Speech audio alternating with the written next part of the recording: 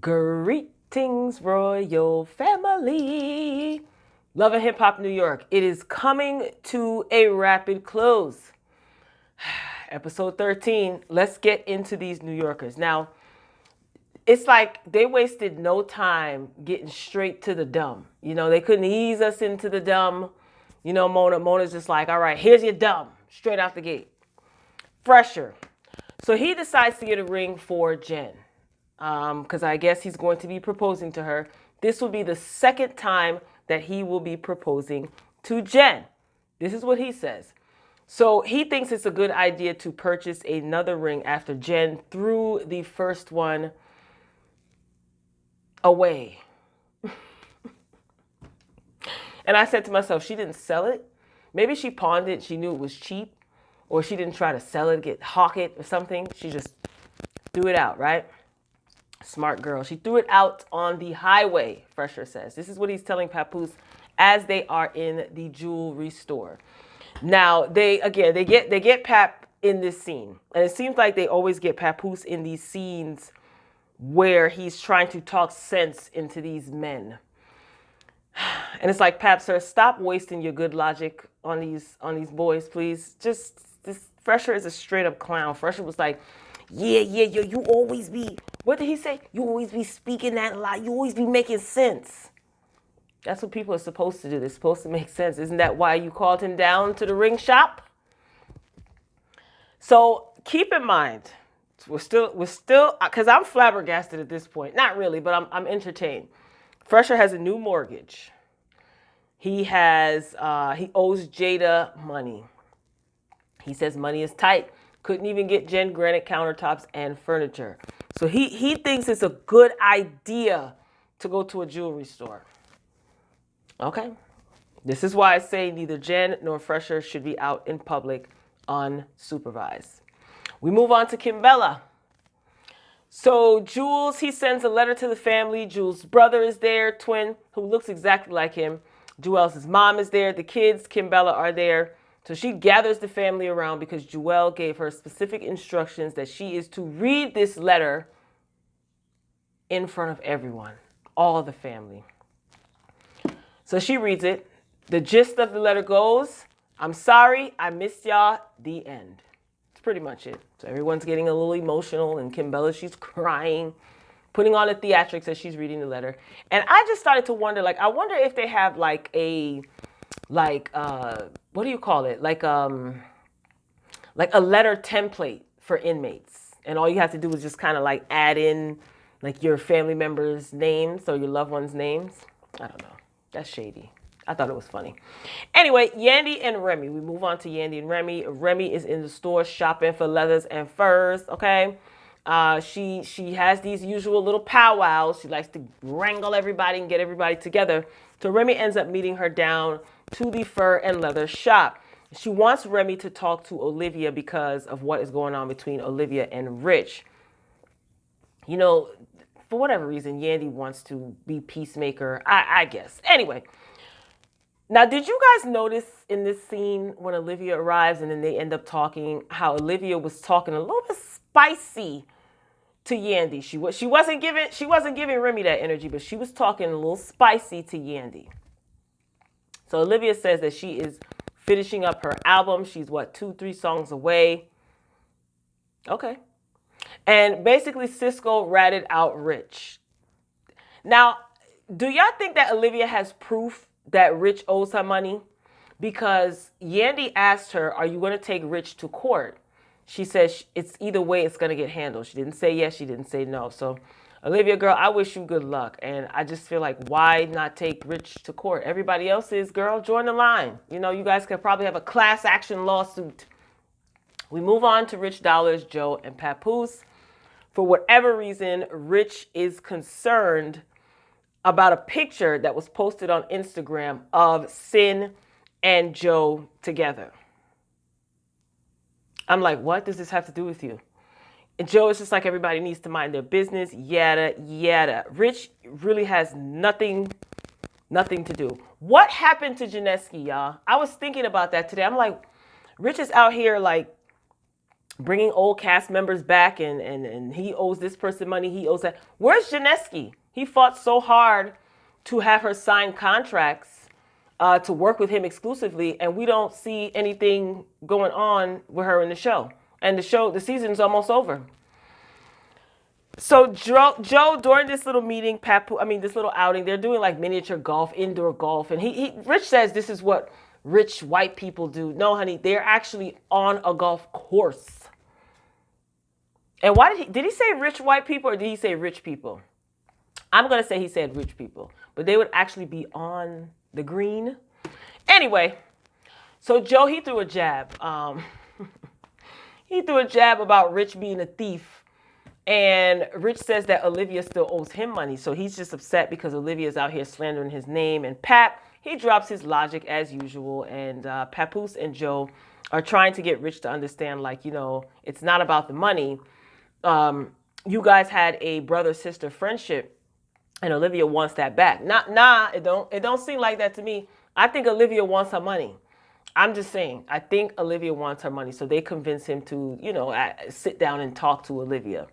We'll see what becomes of that. We move on to Chrissy and Jimmy. They looks like they are in a diner having a little bit of brunch, and Chrissy is reminding Jim that he has to get in the studio and support Jewels because Jewels has music that's unreleased, and Kimbella says, hey, I need to make some money, so why not get Jimmy to jump on this track in the studio and put this out so we can start generating some income.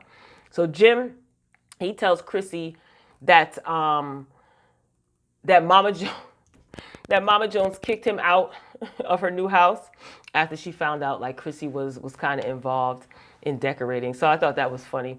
We move on to Jen. For whatever reason, she's still on the show and she's getting a lot of camera time. So after Phresher told her that he had handled the situation with Jada, so she decided to meet up with Jada herself. Of course she did. Now, I laughed when Jen referred to herself as the head honcho. She's like, Jada has to meet up with me, the head honcho. I laughed. I was like, where's the head honcho at?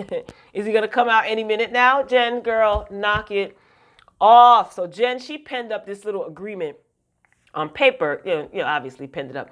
And she says that she feels that Phresher owes Jada $30K and not $70K. And Jen had the audacity to give this girl, Jada, who was sitting there with her fur and her sunglasses, she has the audacity to give Jada the option for a payment arrangement. Like, she wrote this down, had this all typed up or wrote it, whatever, on paper, and presented this to Jada. And I'm laughing to myself. And Jada just tells her that she feels sorry for her. And she says, you know, you're older. You actually look older than me, so you should know better. And she just drops the papers on the floor. And she, in a nutshell, she says that she's going to be going to court. How you gonna tell this girl that Phresher already admitted to owing her $70K? And he says, like, oh, I guess they talked it down to 60. How you Jen is just mad because she knows that Phresher loves that girl. She knows that he is in love with her, was in love with her, got love for her, probably still messing with her. And I just feel like Jen is going to make Phresher go to the ends of the earth to prove that he is not in love with, doesn't like, never loved this girl Jada, when Jen knows the opposite is true. She knows that Phresher loves her. She knows that Phresher loves Jada, and it's burning her up. Typical clownery. So we move on to Jim in the studio, and Kimbella, she shows up to thank Jim for, you know, jumping on one of Jewel's songs. So they're talking, and Jim says that I'm always going to be there for Jewel's no matter what, you know. And Kimbella is out here hustling, and I am not mad at it. So I was just like, go ahead, Jimmy, let's see what you got. Moving along to Sin and Joe, they meet up at a little lounge bar, it looks like, and Sin is just talking things out with Joe. That's what she says whenever anyone asks her what's going on with her and Joe. She always says that we're working things out, we're taking it day by day. So she decides to meet up with Joe to talk things out. Sin doesn't want to talk nothing out. She wants Joe to beg her to take him back, and it's not going to happen. I'm really wondering, like, you've been in a relationship with Joe. You don't know how he is. She's probably one of those chicks that thinks that she can change his mind. So Joe, he knows that this is he knows that he's like, Joe is playing dumb. He knows this. He knows that Sin wants to be back into a relationship with him. I don't think he wants to be back in a relationship, but I can't say that he should tell Sin this, because we don't know if he has or if he hasn't. And I can believe that he is giving Sin like a false sense of hope, though. I could see that. And Sin is buying into it. It's like, girl, you know this man. So I just, at this point, Sin, girl, just grow up. Like, just grow up. She's like, what am I supposed to do now? I invested all this time.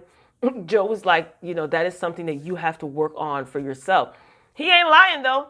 What you mean, what am I supposed to do now, girl? Grow up.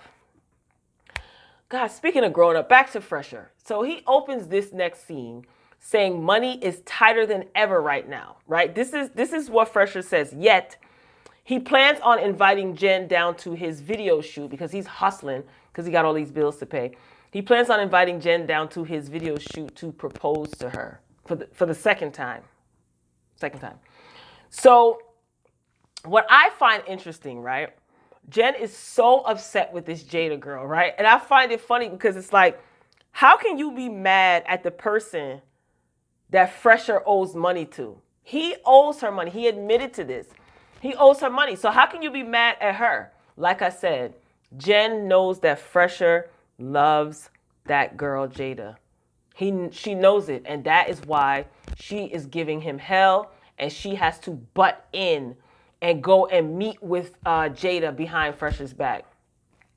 But again, like, you mad at the person that Phresher owes money to. So like, if let's say he defaults on his mortgage, you gonna keep that same energy with the bank or with the lender? Like, you gonna be rah-rah, like, nah, we don't owe you this, we owe you this. And you gonna cuss them out? Clownery, straight up clownery. So Phresher, that he's outside, he's shooting the video outside. So he calls Jen down there, and we come to see that some of Jen's family is there, friends or whoever, and Phresher got his nana out in the cold for this foolishness. He screams, will you marry me? Damn shame, nana out there cold for this nonsense. So he proposed, and like I said, her family and friends are there, and Jen is acting like, are you serious right now? Girl, this is the second time he done proposed to you. What you shocked about? That was funny. You threw the first ring away. This is your second go around. Like, knock it off. So we see Remy. She performed at the Radio City Music Hall with Fat Joe. And she's just happy about, you know, her new beginnings. And it's just, everything is all good with Remy. Good for you. You got a strong man by your side. But keep him away from Phresher, girl. I know you can't make him do anything, but I don't want to see Papoose around Phresher. We move on to see Miss Olivia. So she meets up with Cisco, who seems a little nervous, right? Cisco's body language gave me, I'm in some ish now. His Scully was all tilted to the side. He looked a little bit nervous. So Cisco basically denies that he ever told Olivia that Rich was stealing from her and that he was a thief. And I'm like, yikes, not looking too good for you, Olivia. So she gets up, she storms out. She's upset. She's like, what are you talking about? You did tell me this. You were my only saving grace. And Cisco's trying to like talk to her like outside, like, come on, like this happened 10 years ago. Why you trying to dig this up? I said, That tone screams guilty. But here's what I don't understand, right?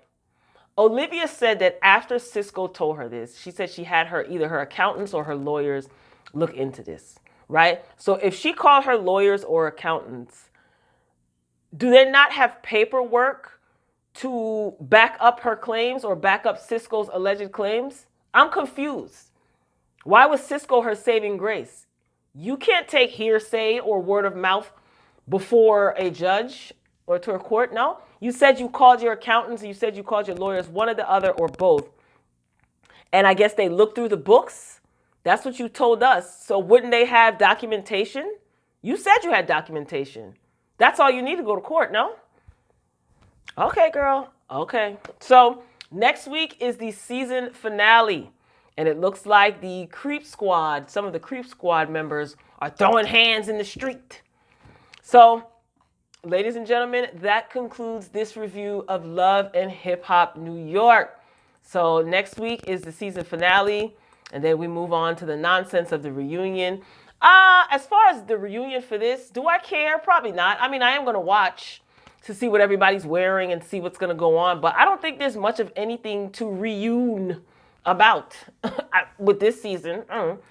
Anyway, Royal Family, I am signing off. If you made it to the end, thank you so much for rocking out with me during this video. Hope you had a good time. If you enjoyed the commentary, please hit the like button. I greatly appreciate it. Also, drop down in the comments. I want you to share your thoughts. So this is episode 13 of season 10. So one more episode to go and the season is over. And then Atlanta is just around the corner. So I will meet you down in the comments, Royal Family. Until next time, peace.